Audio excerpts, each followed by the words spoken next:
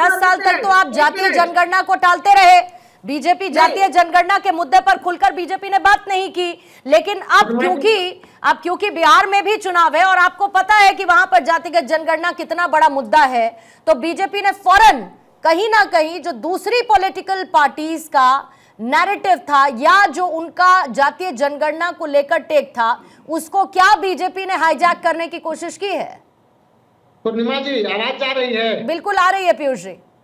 पूर्णिमा जी, अभी कांग्रेस के प्रवक्ता बोल रही थी, उनकी एक एक बातों को मैं सुनने का काम कर रहा था। बड़ा हंसी आती है कांग्रेस के प्रवक्ता द्वारा इस तरह की बातें। अरे कांग्रेस के प्रवक्ता महोदया, आवंटन पर क्यों चर्चा करने का काम कर रहे हैं? अपने पुराने अतीत को, आप पुराने इतिहास को आप बताने का काम करें ना। देश में स्वतंत्र इतिहास के पहले देश में 1931 में जब अंग्रेजों का शासन काल था, देश में पहली बार 1931 में जनगणना हुई थी। 1951 में आपकी सरकार द्वारा देश में जनगणना कराने का काम किया गया था। क्या हुआ था उस रिपोर्ट के बारे में? 1953 में काका कालेलकर आयोग बनने का काम हुआ। 2 वर्षों तक इस देश में काका कालेलकर आयोग बनकर के सभी लोगों से बात विमर्श करके एक डाटा को तैयार करने का काम किया। 1955 में काका कालेलकर की रिपोर्ट को सौंपने का काम किया गया। पंडित नेहरू जी ने उस काका कालेलकर की रिपोर्ट को आज तक सार्वजनिक करने का काम नहीं किया। उस काका कालेलकर की रिपोर्ट को आलमीरा में बंद करके रखने का काम किया। इस पर भी आप जवाब देने का काम करें। मंडल कमीशन रहेगा। महिमा जी बस बात होने दीजिए, महिमा जी बस बात होने दीजिए, फिर उसके बाद एक मिनट प्रतिमा जी, एक मिनट पूर्णिमा जी, आप ही के शासन, कांग्रेस के शासन काल में ही मंडल कमीशन आयोग का गठन हुआ। 12 वर्षों तक मंडल कमीशन की जो आयोग की रिपोर्ट थी उसे सार्वजनिक करने का काम नहीं किया। जब भारतीय जनता पार्टी के साथ पीपी सिंह की केंद्र में सरकार बनी तो उस मंडल कमीशन को लागू करने का काम किया गया। वह भारतीय जनता पार्टी की ही देन है। अभी पिछले 30 अप्रैल को देश के यशस्वी प्रधानमंत्री आदरणीय नरेंद्र मोदी जी के द्वारा कैबिनेट के प्रस्ताव में ला करके देश में पहली बार जातियों की जनगणना करने का काम कैबिनेट के प्रस्ताव द्वारा पारित हुआ है। और आप कल देखने का काम करें, देश के यशस्वी गृह व सहकारिता मंत्री कल ही प्रमुख अधिकारियों के साथ बैठक करके आज बजट में पास होने का काम किया कि अप्रैल 26 से लेकर के पूरे देश में जातियों की गणना के साथ जातियों की गिनती होगी। तो देखिए, इसमें कांग्रेस का जो चाल और चरित्र है, काका कालेलकर की रिपोर्ट से लेकर के मंडल कमीशन की रिपोर्ट, वो आपने क्यों दबा करके रखा? अरे तो पीयूष जी, 10 साल से आप लोग भी तो थे, 10 साल से आप भी तो हैं ही ना, फिर 10 साल तक का इंतजार क्यों? एक मिनट पूर्णिमा जी, ये जनगणना 2011 के बाद 2021 में होनी थी। आपने देखा होगा 2019 के बाद देश में कितनी भयंकर महामारी आई, कोरोना का काल आया, देश कितनी आर्थिक संकट से जूझ रहा। उस देश के यशस्वी प्रधानमंत्री उस कोरोना काल में देश के प्रधानमंत्री नहीं होते तो आज भारत की क्या स्थिति होती है? महिमा जी जल्दी से प्लीज जवाब दीजिएगा, फिर उसके बाद बादशाह आलम जी और साथी कटियार साहब आपके पास भी आती हूँ। फौरन जवाब ले लेती हूँ महिमा जी। महामारी के कारण आज जनगणना ठीक है, पीयूष जी जवाब ले लीजिए, पूछना चाहता हूँ, अरे स्वर्गीय राहुल गांधी जी का सदन में क्या बयान रहा है वह भी आप देखने का काम करें। क्यों इन्होंने कहा, जिस अति पिछड़ों और दलितों की बात इनके द्वारा कही जाती है, जातिगत जनगणना की बात कही जाती है, क्यों नहीं काका कालेलकर और मंडल कमीशन की आयोग उन्होंने सार्वजनिक करने का काम किया? 2 वर्षों के बाद जब काका कालेलकर की रिपोर्ट को सार्वजनिक करने की बारी आई तो उससे अलमारी। ठीक है पीयूष जी जवाब ले लीजिए जल्दी से। पीयूष जी जवाब भी ले लीजिए। महिमा जी, अति दुर्भाग्यपूर्ण है पूर्णिमा जी, वो लोग जिन्होंने मंडल कमीशन की रिपोर्ट लागू होने के नाम पर एक सरकार का बहिष्कार कर दिया हो, समर्थन वापस खींच लिया हो, तो कौन से मुंह से आज मंडल कमीशन का नाम लेते हैं? दूसरी बात, उन्होंने अभी कहा कि 2019 के बाद कितना आपदा आई, पहली बात 2021 के अंत में महामारी आई और 2021 के दौरान जनगणना करवाने का काम किया, लेकिन भारत में जनगणना नहीं करवाई गई। 2021 के बाद ठीक है पीयूष जी एक एक करके सर, पीयूष जी एक एक करके सर, पीयूष जी क्लैरिटी रहनी चाहिए सर चर्चा में, एक एक करके, कोई दिक्कत नहीं, इस समय रहेगा। 2021 से 23 के बीच में 60 देशों ने जनगणना जनगणना करवाई, प्रधानमंत्री मोदी नहीं करवा सके। 2021 के बाद G20 करवाया, बहुत छाती ठोक ठोक के उसका क्रेडिट भी लिया। इस देश के अंदर तमाम चुनाव भी हुए, इस देश के अंदर पूरा का पूरा एक जनरल चुनाव हो गया, लेकिन जनगणना ये नहीं करवा सके। तो कह दीजिए ना महिमा जी, दे रहा है दुरुस्त आए, तो कह दीजिए दे रहा है दुरुस्त आए, ऐलान भी तो अभी इन्होंने किया। आपके लिए कहा जाए एक ऐसी सरकार से जो न सिर्फ देर से दुरुस्त नहीं आई है, लेकिन ये सरकार झूठ बोलने का काम कर रही है। मैंने आपसे कहा ये परजरी यानी कि शपथ भंग के जो है आरोपी हैं। इन्होंने ठीक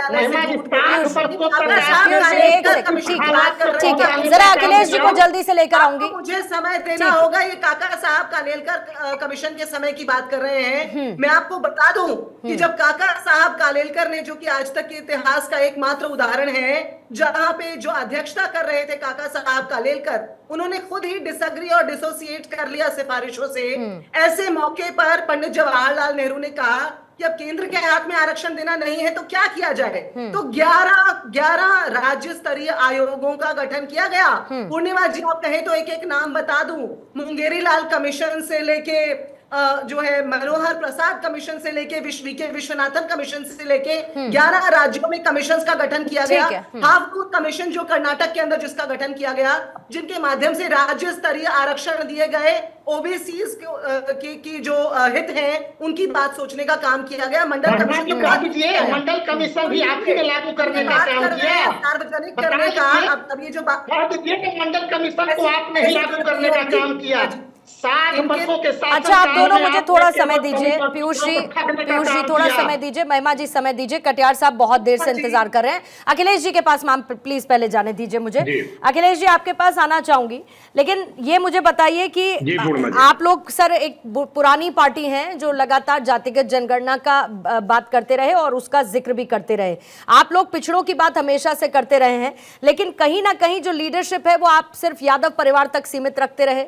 उसमें पिछड़ों की कितनी हिस्सेदारी रही और क्या जो गैर यादव ओबीसी हैं उनकी हिस्सेदारी इसके साथ बढ़ेगी? अब जब सरकार ने कह दिया कि वो जातिगत जनगणना कराएगी तो इसको लेकर इतना सियासी हो हल्ला क्यों हो रहा है? तस्वीर तो अखिलेश जी कहते हैं इसी से साफ हो पाएगी, तो अब तो हो रही है। पूर्णिमा जी, आपके सभी दर्शकों को हमारा प्रणाम। प्रणाम सर।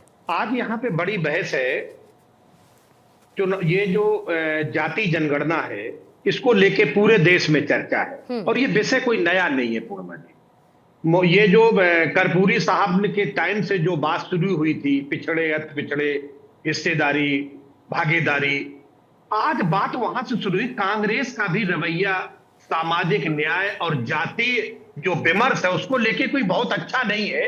ये बात कहने में भी हमें कोई गुरेज नहीं है। लेकिन बीजेपी जब कर्पूरी साहब की सरकार थी और मुंगेरी लाल कमीशन की जो सिफारिशें लागू करने को लेके जो बात बढ़ी थी, वो सरकार भी गिरा दी गई थी। किन लोगों ने गिराई ये पूरा देश जानता है। ठीक है, आप मंडल कमीशन की बात आए, मंडल कमीशन की सिफारिशें लागू की गई तो फिर भारतीय जनता पार्टी का मंडल लेके आई और उसके बाद वो सरकार गिराई गई। आप जब सामाजिक न्याय की राजनीति की बात आई है, जाति विमर्श की बात आई है, बीजेपी ने खिलाफ खड़े होकर बात की है, काम किया है। आपने अगर ये फैसला लिया है तो निश्चित तौर पे इस फैसले की हम तारीफ करते हैं। ये फैसला सामाजिक न्याय की राजनीति में मील का पत्थर साबित होगा। लेकिन सवाल नियत पे तो पूर्णिमा जी आ जाता है ना। आपने इन बीते 11 सालों में, पीयूष जी जरूर बताएंगे, जो पिछड़ी जातियों के आपने जो संविधान की मूल भावना थी उसको खत्म करके आपने सामाजिक और शैक्षणिक आधार पर जो आरक्षण था, आप पीयूष जी उसे आर्थिक आधार पर ले गए जो संविधान की मूल भावना के खिलाफ था। तो हम ये समझते हैं, आपने 2 करोड़ नौकरियों की बात की, किसानों की आमदनी की बात की, कि उसी तरीके की बातें भी आगे ना बढ़ जाए, इस बात का डर है। लेकिन इस फैसले का हम स्वागत करते हैं कि अगर आप ईमानदारी से इस फैसले को लागू करेंगे। और एक बात जरूर ध्यान रहे पीयूष जी, आप बताएं इस बात पे भी कि जब ये जनगणना हो जाएगी तो क्या हिस्सेदारी भी देंगे उन्हें? क्योंकि अभी तक तो आपने हिस्सेदारी नहीं दी।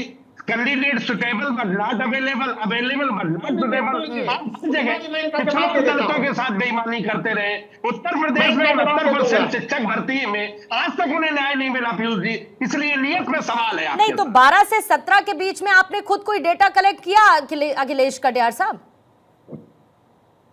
पूर्णिमा जी, पूर्णिमा जी, मैं इनका जवाब 12 दे से देता हूं। 17 पीयूष और जी। आजादी के बाद हाँ, नहीं जिस दल ने आज ये बात खड़ी की है, ये जाति जनगणना हम डेटा बना सकते हैं, लेकिन ये केंद्र की जिम्मेदारी है, ये केंद्र की नहीं, मैं एक बात सेंसस पूछ रही हूँ कमीशन सर, केंद्र के अधीन होता क्योंकि है। डेटा तो राज्य सरकार भी कलेक्ट करती है ना, इसीलिए मैंने पूछा कि जब 12 से 17 के बीच में आपकी सरकार थी तो क्या कोई डेटा आपने कलेक्ट किया जाति आधारित? मैं तो सिर्फ आपसे उस डेटा की भी बात कर रहे हैं, और उस बात पे भी पूर्णिमा जी हम आ रहे हैं कि अब तक जो भारतीय जनता पार्टी जनसंघ और भारतीय जनता पार्टी का जो राजनीतिक इतिहास है, उसमें सामाजिक न्याय की राजनीति के साथ जब बात आई है, तो पीयूष जी आपके पैतृक संगठन और आपके दल ने हमेशा पीयूष जी जवाब दीजिएगा जल्दी से, पीयूष जी जल्दी से जवाब दीजिएगा। पूर्णिमा जी, अभी अखिलेश जी जो कहने का काम कर रहे थे, भारतीय जनता पार्टी का तो मूल सिद्धांत ही है अंत्योदय। अरे हम तो दीनदयाल उपाध्याय और श्यामा प्रसाद मुखर्जी के कदमों पर चलने वाली पार्टी, चलने वाले लोग हैं। अंत्योदय मेरा मूल सिद्धांत है, समाज के अंतिम पायदान पर रह रहे व्यक्तियों को किस प्रकार से लाभ पहुंचे, समाज के अंतिम पायदान पर रह रहे व्यक्तियों को किस प्रकार से सरकारी योजनाओं का लाभ पहुंचे, हम उस सिद्धांत पर काम करने वाले पार्टी है। और सामाजिक न्याय के आधार पर ही 2014 के बाद देश के यशस्वी प्रधानमंत्री आदरणीय नरेंद्र मोदी जी सबका साथ, सबका विकास और सबके विश्वास पर आज चलने का काम कर रहे हैं। आप मोदी मंत्रिमंडल को देखने का काम करें अखिलेश जी। 27 ओबीसी समुदाय से केंद्र सरकार ने मंत्री है, आदिवासी की बेटी देश की सबसे सर्वोच्च पद पर रखी हुई है, यह भी आपको दिखाई नहीं दे रहा है। आज देश का पिछड़ा का एक पिछड़ा का एक बेटा देश के प्रधानमंत्री की पद पर बैठकर देश की सेवा करने का काम कर रहा है। आज मोदी मंत्रिमंडल में 27 ओबीसी और 10 SC ST समुदाय से मंत्री, यही हमारा सामाजिक न्याय है। और आप अपने सामाजिक न्याय की भी बात करके बता देते हैं। आप जिनके साथ आज गठबंधन में हैं, आप इतिहास को देखने का काम करें। 2004 से लेकर के 2014 तक यूपीए के शासन काल में सचिव स्तर के पद पर कितने SC ST और ओबीसी समुदाय से अधिकारी थे? बस इतना बता दीजिए, एक बात पीयूष जी बता दीजिए मुझे, फिर उसके बाद मैं ब्रेक के लिए जाऊंगी। पीयूष जी मुझे बस एक बात बता दीजिए, ठीक है अखिलेश जी एक सेकंड, मुझे हेडलाइंस के लिए जाना है। पीयूष जी बस एक बात बता दीजिए, फिर महिमा जी आपके पास और सौरभ जी आपके पास भी आऊंगी। बस इतना बता दीजिए कि जातिगत जनगणना होने के बाद ये आंकड़े सार्वजनिक करेगी सरकार? निश्चित निश्चित। भारतीय जनता पार्टी देश के यशस्वी प्रधानमंत्री, मतलब एक नई आरक्षण क्रांति की तरफ देश बढ़ेगा। अरे हम जो कहते हैं वो करने का काम करते हैं। हमने कहा कि धारा 370 को समाप्त करेंगे, वह पूरा करने का काम किया। हमने कहा कि देश में राम मंदिर बनेगी तो वह बनाने का काम किया। हमने कहा कि देश में CA लागू करना है तो CA लागू करने का काम किया। देखिए देश के यशस्वी प्रधानमंत्री आदरणीय नरेंद्र मोदी जी जो वादा करते हैं नौकरियों की भी बात की थी पीयूष जी, करने का काम करते हैं। अखिलेश जी आती हूं, ठीक है मैंने पहले कहा कि कोरोना काल एक कोरोना काल था जो देश के लिए एक संकट था। ठीक है।